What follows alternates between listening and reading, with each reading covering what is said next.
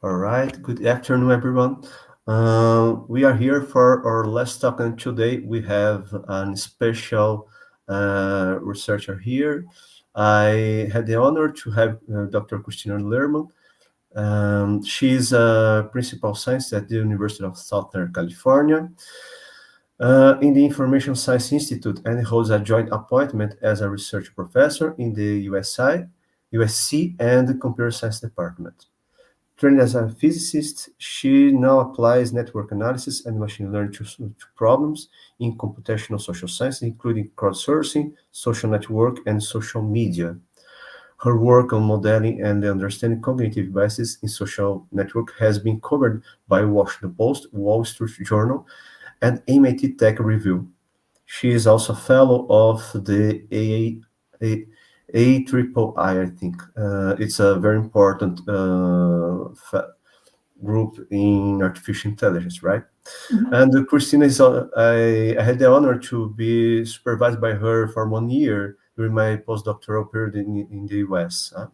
And there I had the opportunity to witness the top-tier research works developed by her and her research team. And I'm really happy to have Dr. Kristina here. So before giving you the word, Kristina, I will just tell our students that questions can be made in Portuguese, and I'll be happy to translate it into English to be answered later, right?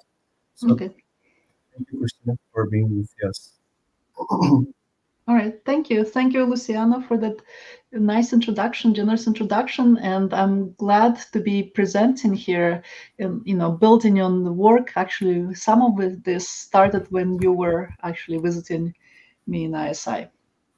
All right. So I'm going to give a really short overview of research trends that are happening in my group, but they're all actually connected. They're connected by how can you best learn from data? And I'm especially interested in learning from social data.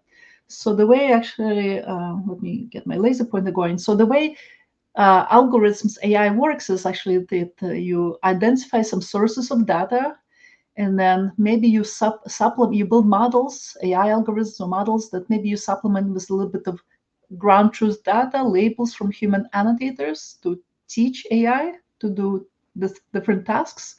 And then algorithms, create these applications that do, for example, organize information on the web. Maybe they can connect people online through making recommendations, or even make discoveries by mining data to discover some, hidden collective knowledge.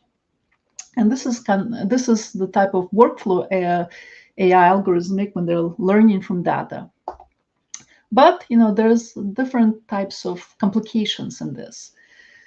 The data is highly heterogeneous, which means it comes from different groups that have different properties or behaviors.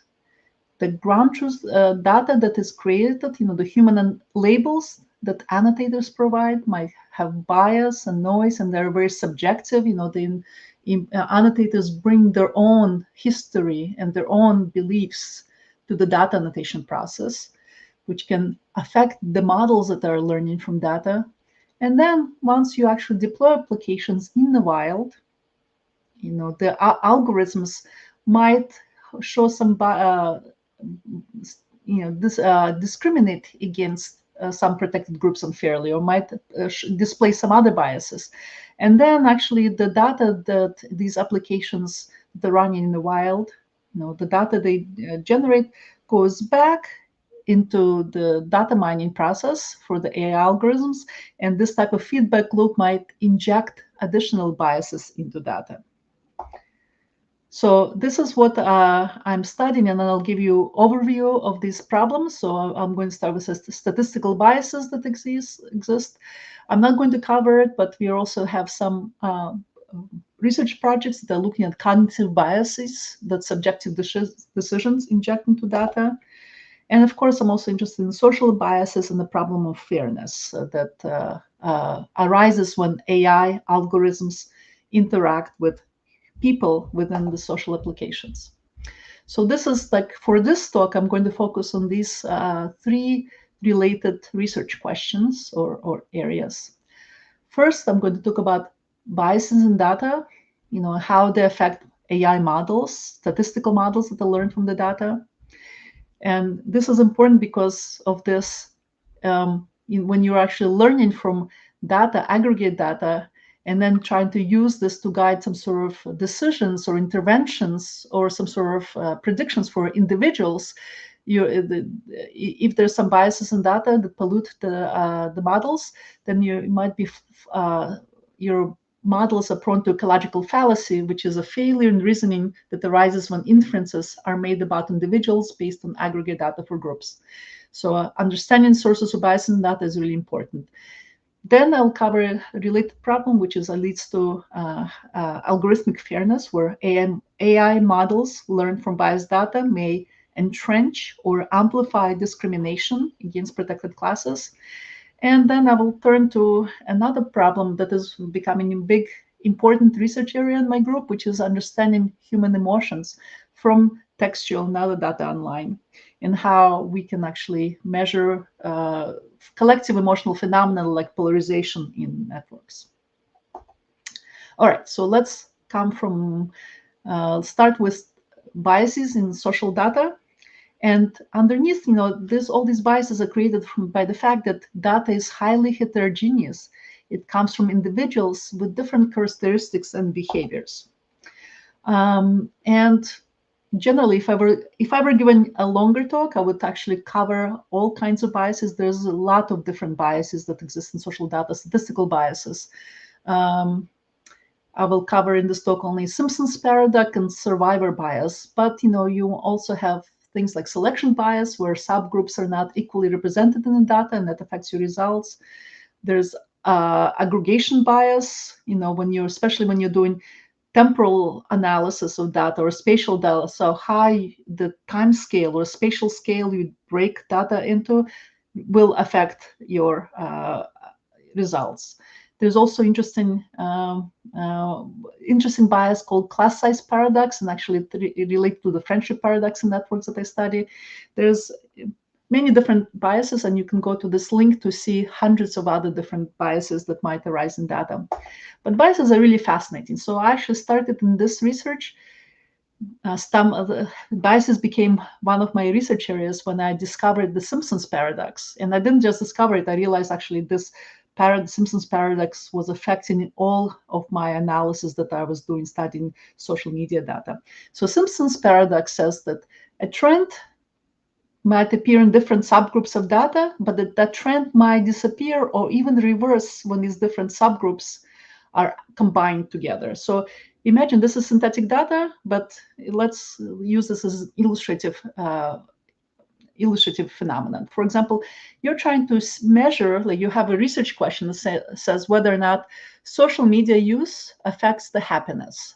So you might collect data from different people, measuring, asking them how many hours they spent online using social media. That'll be the x-axis. And you ask them to respond to survey questions about happiness. That's the y-axis, the outcome. And you collect these gray dots as the observations you're making. And actually, a lot of social data looks like this. It looks like a cloud of data points, very diffuse cloud.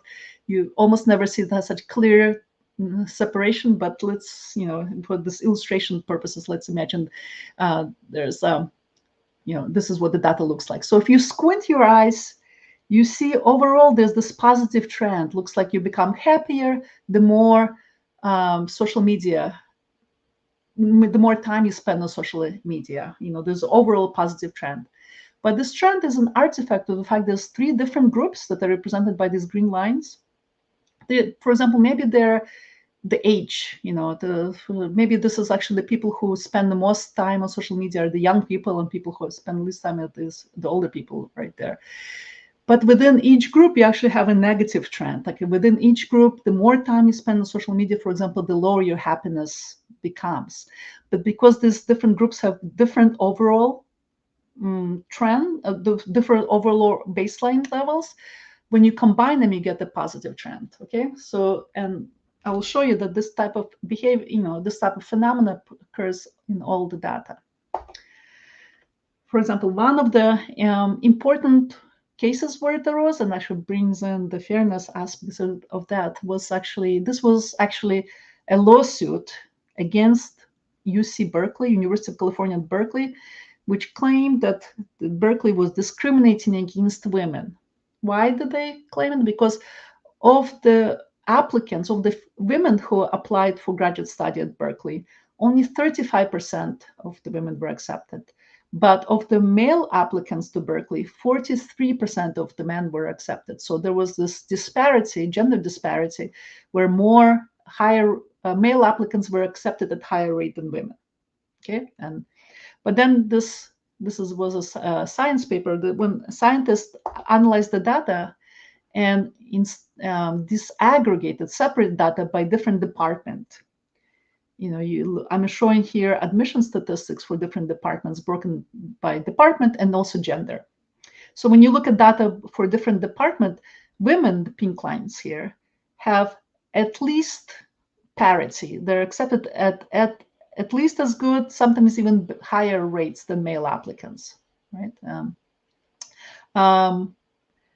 So why does this? So how do you reconcile these differences? How can women be accepted at higher rates within individual departments, but overall they are actually accepted at a lower rate? And that's because this data is highly heterogeneous. And if you look at actually where different applicants apply, it turns out that more women apply to these departments that are more difficult, departments that accept fewer applicants regardless of their gender.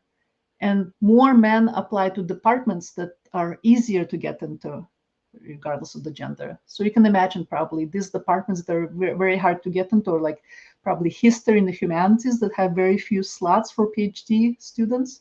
And maybe the departments that are easier to get to are like engineering and STEM departments that have many more slots for students. So gender bias still exists, but doesn't exist in the admission rates. It exists in the entire educational system that channels women into fields of study that are, that have fewer opportunities for PhD studies in them. So this is one of these examples of Simpson paradox, when you get one trend in aggregate data, but you get completely different phenomena trends when you disaggregate the data.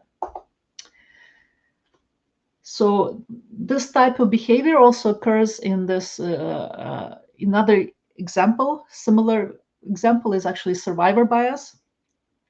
So this comes from an old paper from 1985. So the plots look fake, but I think they're based on real data. So this particular data, for example, study shows what is the rate, when people actually imprisoned for a crime and then they get out of prison, starting the time that they're released from prison, what is the probability that they will commit another crime? This is what's called the recidivism rate.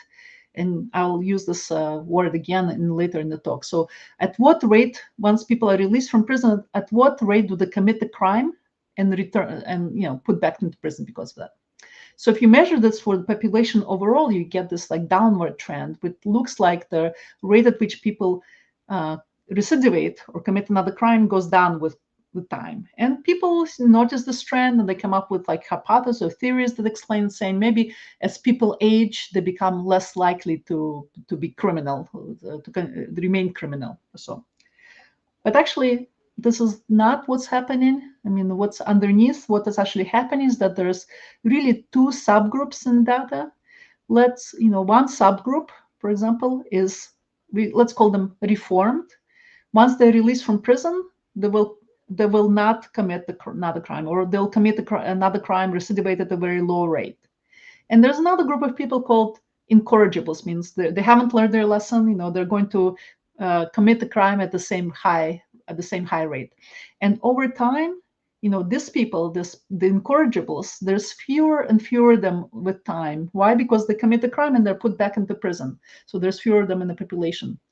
And so the overall, once you average the two rates over the entire population, there are fewer of incorrigibles in the population, so overall rate will decline, and you'll get this type of trend. So this type of trend, does not mean that people become less criminal with age. It just means that there's fewer criminals within the population, as a function of time since release of prison. So this kind of survivor bias is everywhere in our data.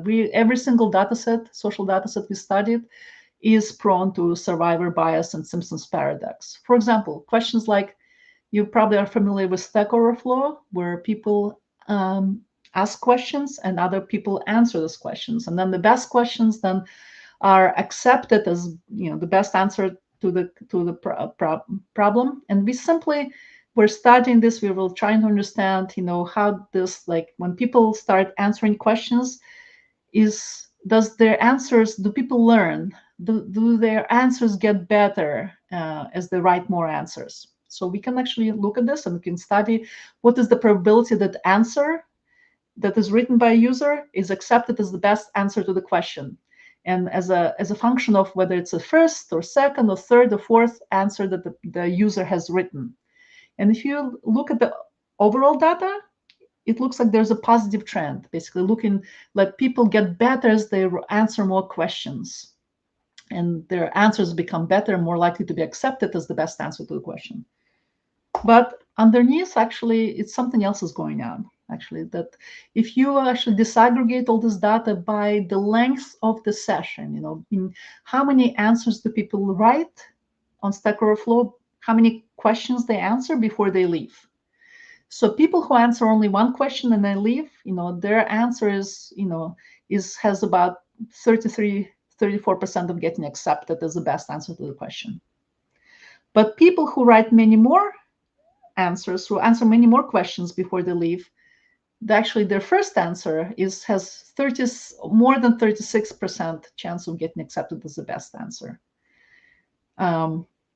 But as they continue answering questions, the quality of their answers declines. And this is true for sessions of length 5, where people answer 5 questions. It's true for sessions of length 2, where people only answer 2 questions before they leave. The first answer is more likely to be accepted as a best answer, as a good answer, than the second answer they write.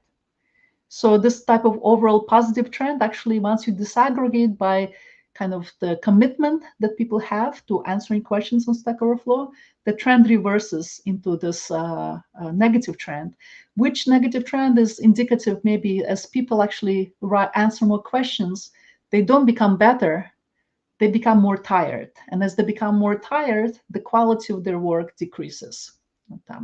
Although people who are more committed and can answer more questions, overall quality of their work is higher. Like overall, like their answers are overall more likely to be accepted than people who only answer 1 or 2 questions. Okay. And we see the same thing actually in other systems as well. I'm just illustrating here. You probably are familiar with online games where you're like, like playing matches actually. And the same thing happens actually when you look at matches. Your probability to win the first match you're playing is higher than your probability to win the second match and third match. Of course, people who play more dedicated, people who play many more games, for example, they play 5 matches before they leave for day, like their overall win rate is higher, but it also decreases with each match because of this kind of cognitive depletion, or psychologist Roy Baumeister called it ego depletion. Kind of the more mental effort people exert, the less energy they have to continue, exerting effort and perform at the higher rate. So disaggregating data like this gives you insights into human behavior. Okay, so that was survivor bias. Also want to highlight another bias that is very, very common, that is you should be watching out in your data. And this is a bias that comes when you have a positive correlation. Like within the population, there might be some correlation, for example, positive correlation, but it can also be switched, reversed into negative correlation within a sample.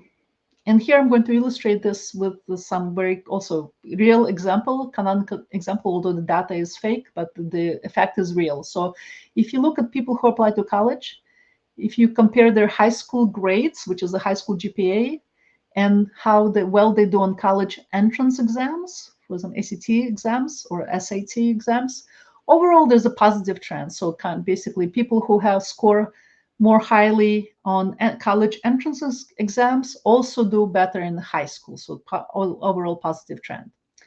But if you look at some college, in the college admission, you actually within the college population, you will actually see a negative trend between the high school scores and the college entrance exams. And why does it happen? Well, because within a specific college, if you look at college admissions as a specific college, the overall population of people who have applied to this college will have a positive trend. But people who have score poorly on the entrance exams, or if they have too low grades, very low grades in high school, they will not get admitted. And on the other side, actually, students who have very good scores and very high grades, they will probably be accepted to a better college, and they will not go to this particular college that we are examining right now. So the pool of applicants that is admitted by this college that's left actually will have this type of, will just be within this slice, and it will overall have a negative trend. So this also illustrates the fact that you need to watch out where your data measurement, your data collection does not inadvertently introduce this type of bias into the data, which might affect results. Okay, so I covered topics like where how biases in data, but what are the effects of this? Well, it has very profound effects. For example, it might have effect, algorithmic fairness. And what do I mean by algorithmic fairness? Well, you want algorithms that are analyzing data to be fair, so that private attributes such as your race, your gender, your age, and so should not affect how you're treated by the algorithm. For example, whether or not the algorithm recommends a job to you and how well it ranks your job performance, or whether or not you're qualified for a loan or so. So once AI algorithms started analyzing data to make recommendations for individual humans, there was a lot of optimism and hope that AI will eliminate the biases in human decision processes, which are well documented, that they can be more fair. But in reality, actually, you discovered that algorithms basically also propagate lots of biases from the data that they were trained on, because data reflects the explicit prejudices that exist. Data reflects the implicit biases that are within society, and then it will reproduce and even amplify the patterns of existing discrimination and exclusion and inequality. And I'm going to illustrate this in a very famous case, which actually started the field of AI fairness, which was this automated risk assessment tool that was used by many, many judges in the US. The tool was provided by Compass and was used by judges to evaluate the risk of recidivism, meaning like whether or not a person will commit a crime, should they stay in jail or should they be released? And Compass, the Compass tool was developed by criminologists, scientists, and they spend a lot of time trying to make it fair. So, for example, calibrate the tool so that when it says you have a risk score, for example, of 2, people who have risk score of 2 should, within that group of people who have risk score of 2, 20% of them should commit another crime or so, versus people who have a risk score of 10. In that group, like some much higher percentage of people will commit another crime, and the rate of recidivism within each group should not recidivism should not depend on some protected characteristics like race, for example. It should be the same for African Americans and Caucasians, white and blacks, because this is what this is kind of notion of fairness and parity was what people had. So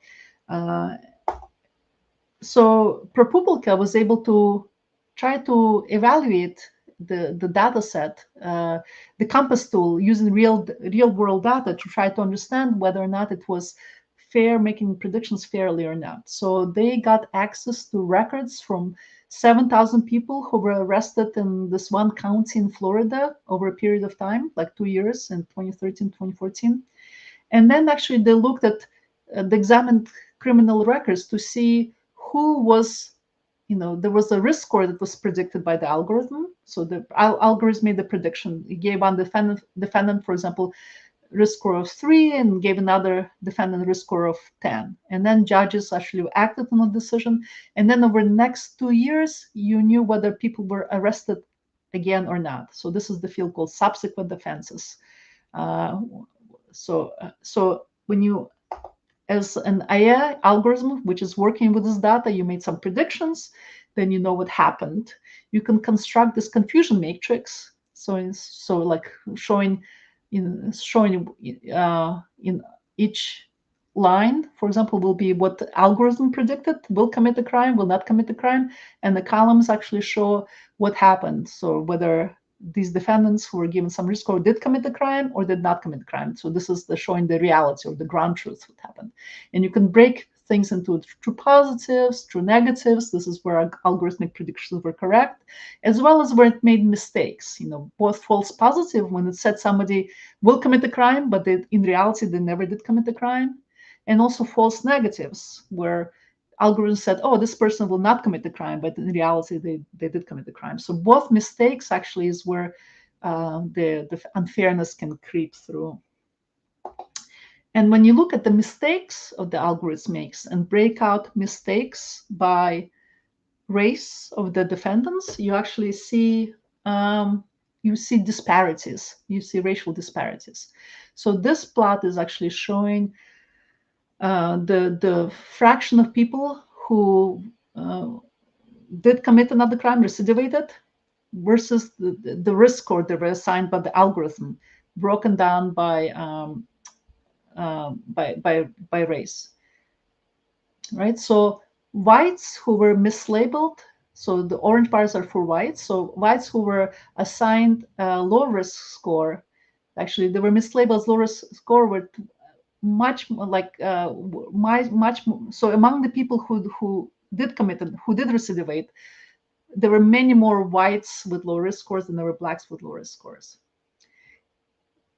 Now, if you look at the class of people who did not commit another crime at all, you actually see the inverse pattern. So among the blacks who never committed another crime, the blacks were given much higher score by the algorithm here than the whites were for this. So this algorithm actually was making systematically discriminating against whites and giving whites lower scores than it was giving blacks. Even the whites who were committing another crime, they still were assigning overall were assigning lower risk scores by the algorithm.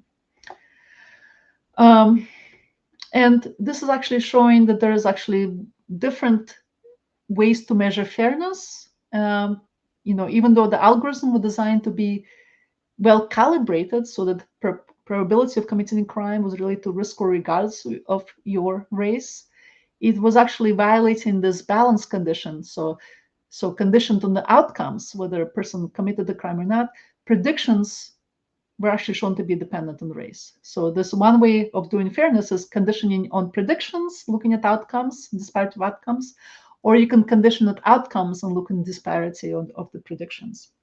And there was this beautiful paper by Kleinberg, Molonese, and Ragavan in 2016 that actually showed that these two conditions are incompatible. You cannot simultaneously satisfy them. No algorithm can simultaneously satisfy them, except for two special cases where the algorithm is making perfect predictions. It's a sort of oracle that is not making any mistakes. There's no mistake.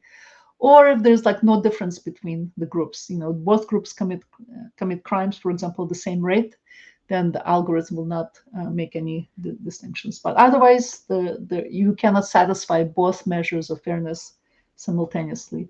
And moreover, there's another paper came out the same year showing as you try to reduce the disparities to make algorithm more fair, you're also going to reduce its accuracy. The algorithm will make more mistakes. If you try to reduce the balance of the mistakes between the two different group classes, you're actually going to make more mistakes overall. So this is actually a very fascinating field of research right now with algorithmic fairness.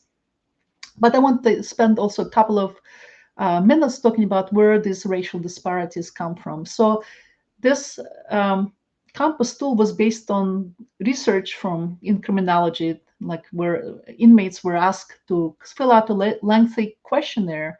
Prisoners were asked to fill out a lengthy questionnaire to learn more about their past, the history, their traits, and then based on their responses, then the model would be constructed to predict, what is the probability of committing a crime. So some questions were like, how many prior arrests you had, what part did alcohol and drugs play, what was the first time you were involved with police, and hundreds of questions, 100 questions on a similar type. Well, it turns out though, if you're a minority, for example, if you're Black or other minority class, you probably live in neighborhoods that are over-policed, that there's more police who come into your neighborhood. So the first time, even if the Black teenagers, for example, and white teenagers might be acting the same, for example, drinking in public, it's like a very common offense that Black teenagers can be charged with.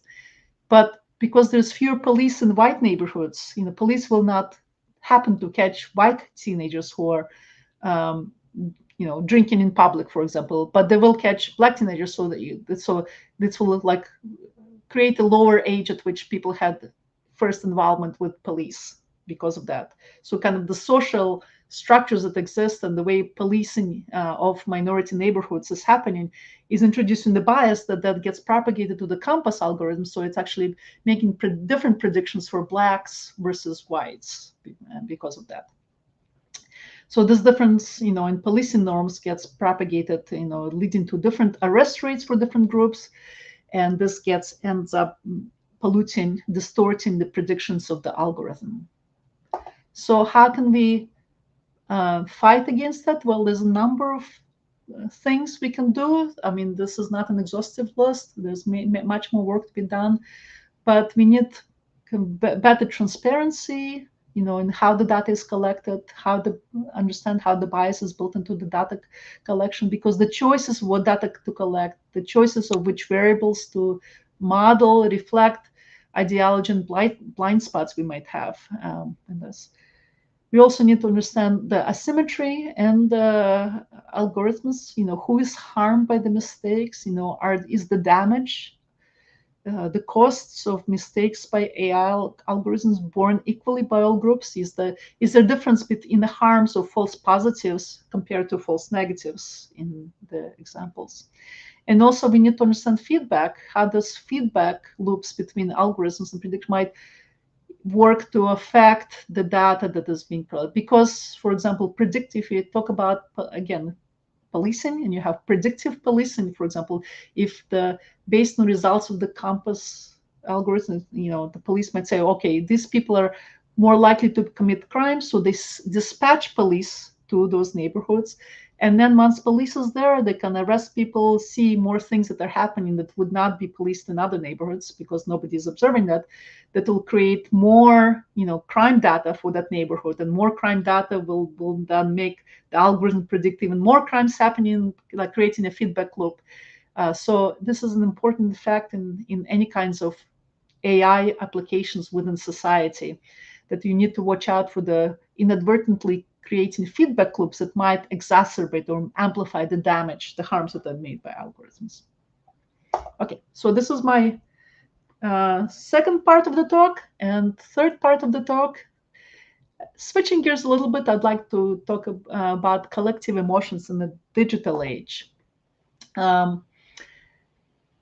So this is slightly different, but I recently became fascinated with psychology and psychological effects, and also, since I've been studying social media for a long time, how emotional interactions manifest themselves in social networks.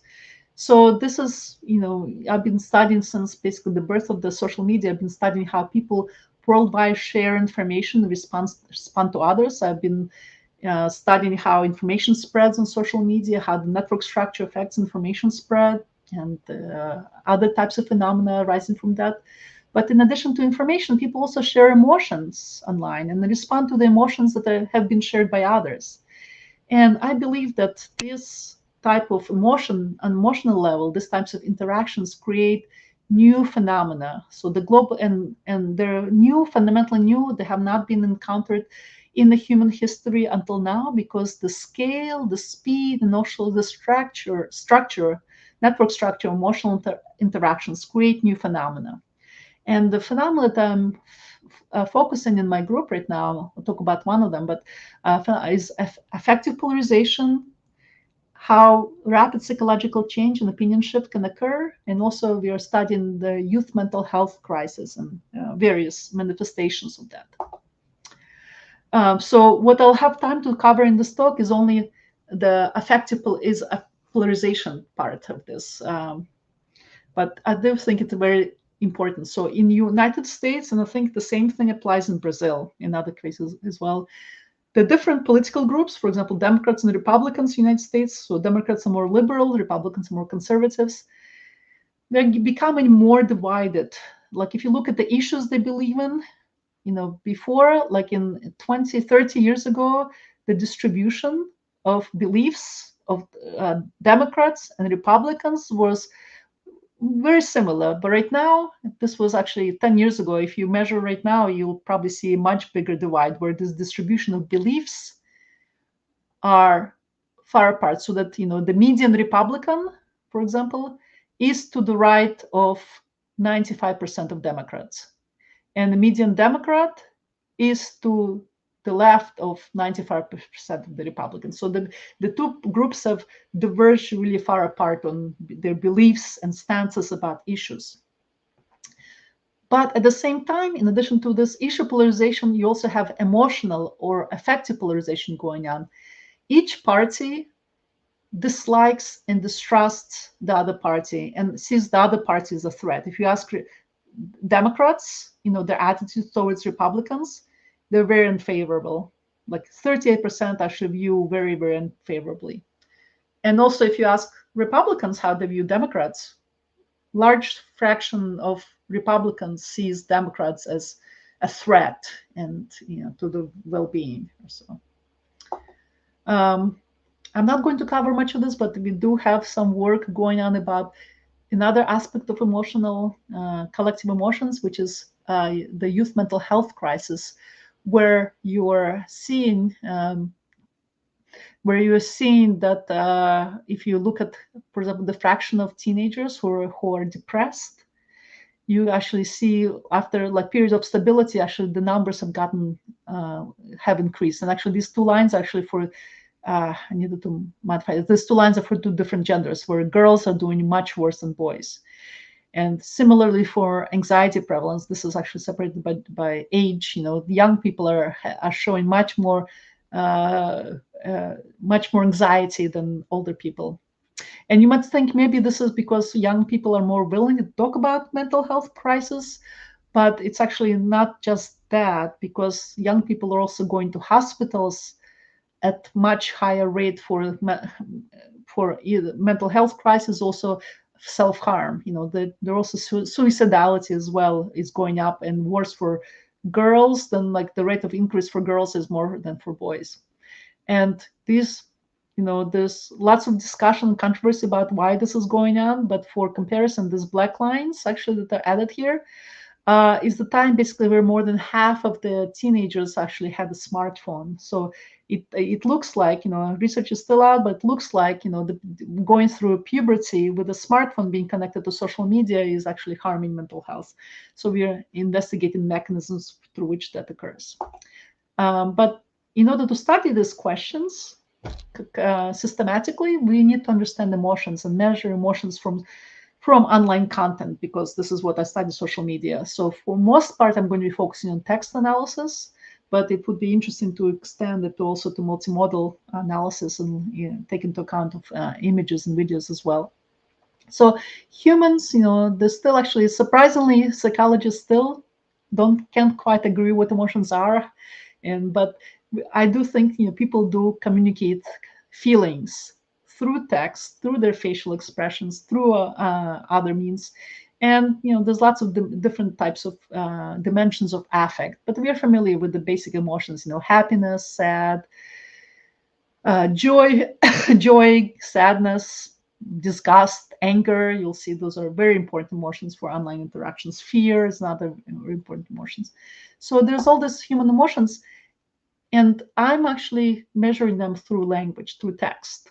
And that's because language does carry cues to emotions, how affect is expressed. And we're moving beyond sentiment analysis to differentiate fine-grained emotions such as anger and fear, contempt and disgust. And usually this is done by training models, large language models on text that's been labeled by human annotators for the emotional content or toxicity. And then once we get this ground truth data labels, then we can train models to recognize examples of those emotions in new text.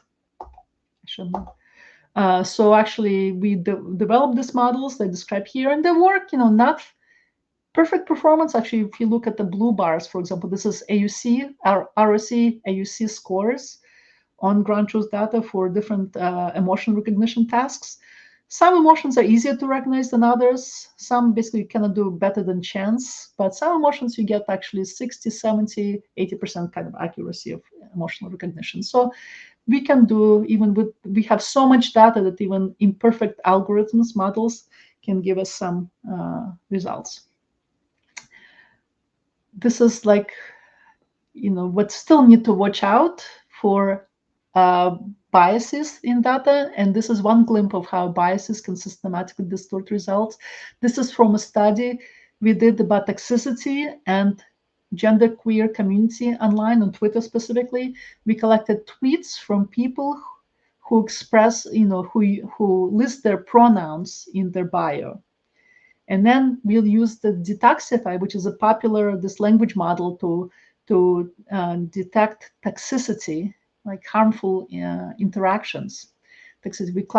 We use the Detoxify to label toxicity of the messages, and this showing results. This is different groups, pronoun groups labeled from most common.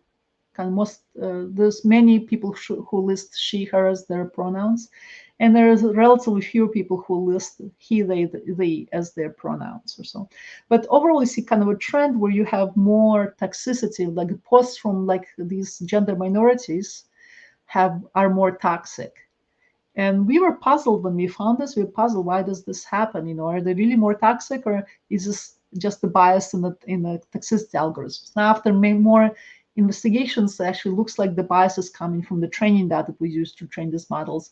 Basically, the people who use this genderqueer community online, they talk a lot about how other people call them slurs, or they use reclaim slurs, and these models actually react to this language that they're using to label their posts as toxic, even though they're actually disclosing how they were treated by others within the community.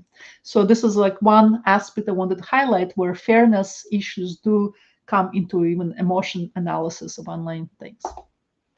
But for the rest of the talk, I'm going to talk about the affective polarization. So this is what I was discussing before, how liberals and conservatives not only disagree with each other, but they also dislike and distrust each other and see the other party as a threat.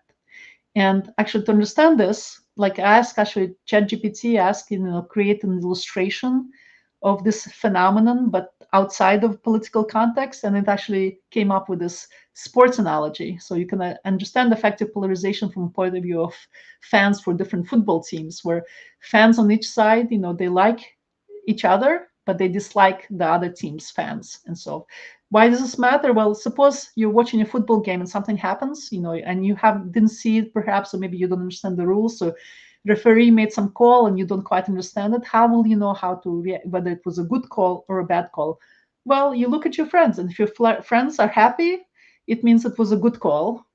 And if your enemies, the other team, is happy, it means it was a bad call for your side. So this is kind of affective polarization. Affective polarization can be called like in-group love and out-group hate. So you love members of your own group and you hate the members of the other group. So and this is actually happening in politics online, in political realm. And we wanted to see if we can actually measure it in online interactions. So we collected, we have access to lots of data sets. This is referring to abortion discussions in the United States. We have tens of millions of tweets from millions of users who are discussing. In 2022, they discussed abortion. That's when actually United States Supreme Court basically made abortion illegal in the United States. And we have another very large data set about COVID discussions in 2020, when COVID just spreading through the United States.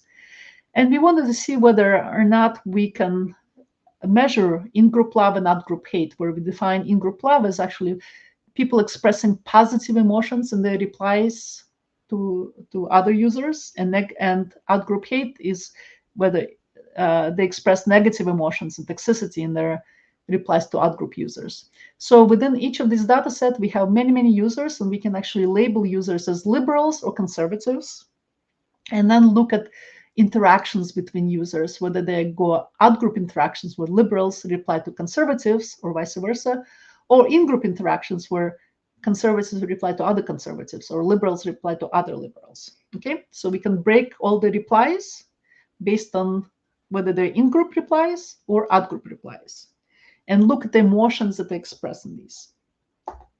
Okay, so these are the results. So if we look at, for example, the anger within reply interactions, you see that out-group replies have more anger. This is the box plot, is distribution of anger within out-group replies. Generally, it's higher than anger that is expressed in in-group replies, in replies between the same party people. Anger, disgust is also higher, and toxicity is also higher. So this is consistent with out-group hate. The negative emotions are higher for out-group interactions and in-group interactions.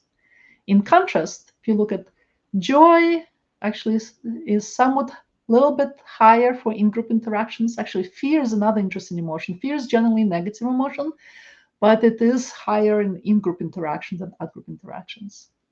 And another completely new fact we didn't even expect it, but we measured it, that when people reply to in-group members, they use more words than when they reply to out-group members. So reply length is also higher for in-group interactions. So this joy, especially, and actually no other emotions, we measure 11 emotions, and there's no statistical differences in other emotions, only these ones that are listed here. So joy is actually higher for in-group interactions. In abortion discussions, we observe the same effect. The anger, disgust, and toxicity is higher for out-group interactions, and joy, fear, and reply length is higher for in-group interactions, in-group replies. So both of these are consistent with effective polarization, with out-group hate and in-group love. But actually, we measured another unexpectedly interesting effect in actually looking at the network. So we constructed a network of retweet interactions, network of who pays attention to whom. And then we are looking actually when people reply to others within the network, looking at the emotions they're expressing as a function of network distance. And I'll show you results that show that when people reply to others who are close to them in a social network, they're expressing more generally positive interactions. And when they reply to somebody who is far away from them in the social network, they express more negative interactions. So we can measure network distance using, for example, shortest path, or maybe page rank distance, or once we embed these large networks, and we can, in some lower dimensional space, we can use embedding distance.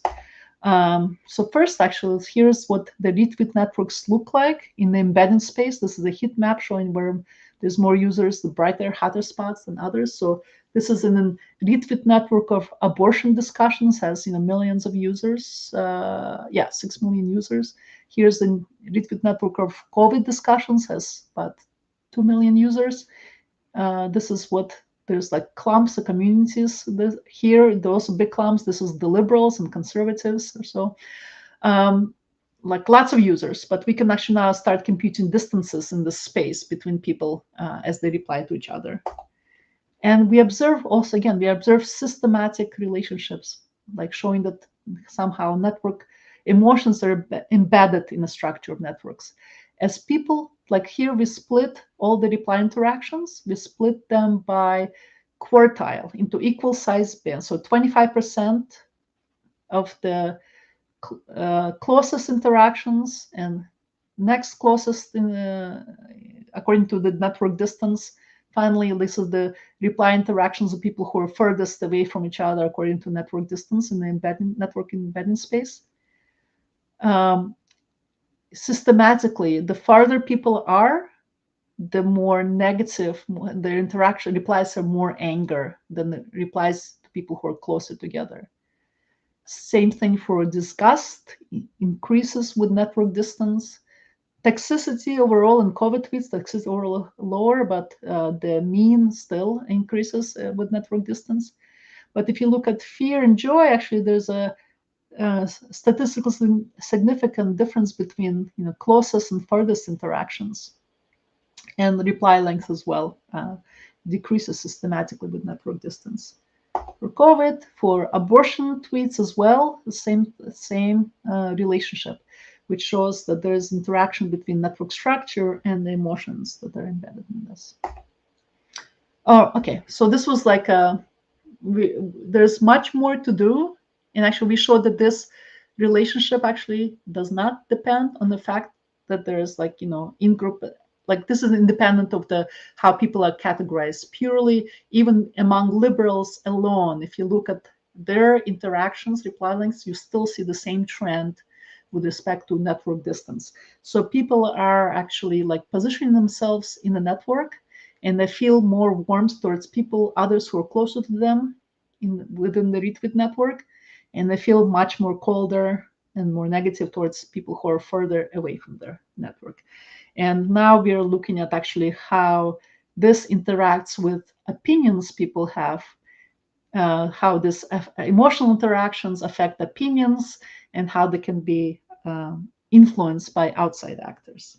Okay, so this is a brief overview. And of course, I'd like to thank my colleagues who contributed different parts of this talk. And I would be happy if there's any questions, I can answer them for you.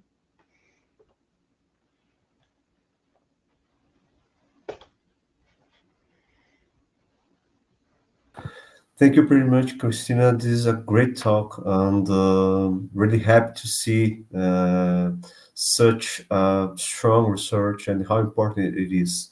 I have a couple of questions of our students that I would like to read here for you, right? So let me take the first one. All right. How can we ensure that your data collection methods are as free as possible from bias that could affect the accuracy and fairness of our analysis? This was a very good question, and I don't think you can do this without stakeholders being involved. Stakeholders are basically people whose data is being collected, so the people themselves each are the experts on themselves, right? So we have to have collaborations between data scientists and social scientists and representatives from civic groups, civic society representatives in general, who can review and have insights into potential sources of bias. Oftentimes we just, we're not scientists, data scientists are not being malicious. They just don't know. So the knowledge, there's maybe, I do think that there's ways to surface hidden knowledge within groups through other ways. Like right now we're exploring, for example, language models to identify this kind of expert knowledge within each group that is implicit in their interactions and communications, discussions among each other. But until we have those methods, we need involvement from stakeholders, from the people themselves. I have a question about the data, right? So access to data are getting worse and worse, right? So from social media, for instance, that is our main source, are getting worse and worse. And how you and your group are dealing with this? I saw that basically the data source you are getting is Twitter, right? The X right now. Yep. And for instance, data from COVID-19, and that was released a couple of years ago. So how are you dealing? Are you planning new strategies to get data, or or there is another way? Yes, no, this is a very important question, and this is what transparency, access to data is important. And I've been waiting for legal system to catch up and mandate that the companies share the data for to increase transparency and trust. It doesn't look like it's happening. So we are moving on actually there's still lots of data that is available. So we're working with Dig, we're working with Telegram data sources, but we haven't done anything with Twitter or X in a year now, more than a year, because we don't have access anymore to that. But there's still lots of data sources that are available. Do you believe that this data source that we have right now are can enable us to make the kind of studies we would like to do? For instance, these emotional studies. Do you think this is enough or is not? They're definitely, like, for example, right now I'm looking at mental health, and for example, from the point of view of nutrition and exercise and mental health together.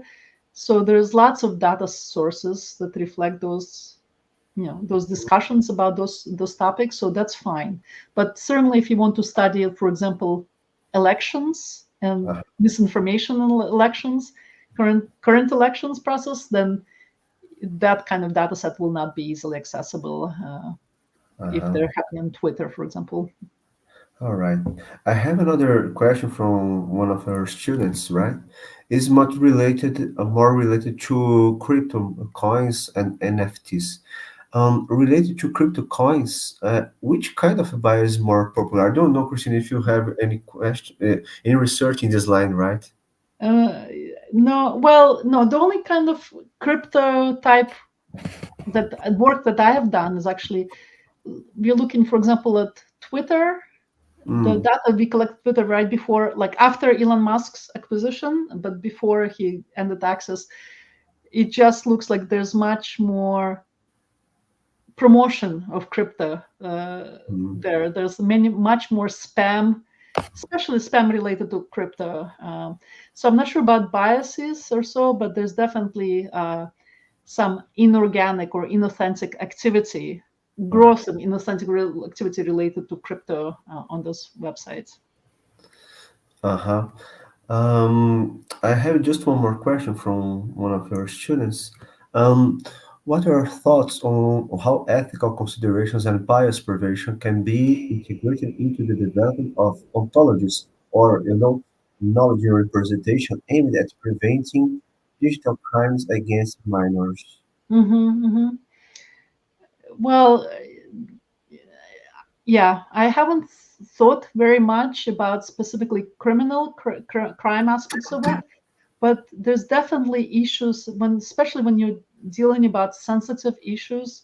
So crime is one sensitive issues, like mental health, like when you're having suppose like I'm studying eating disorders, the community that have eating disorders, you have to be very sensitive, or mistake can have in your algorithm. If you, for example, when you try to interact or collect that from them, mistakes have profound consequences.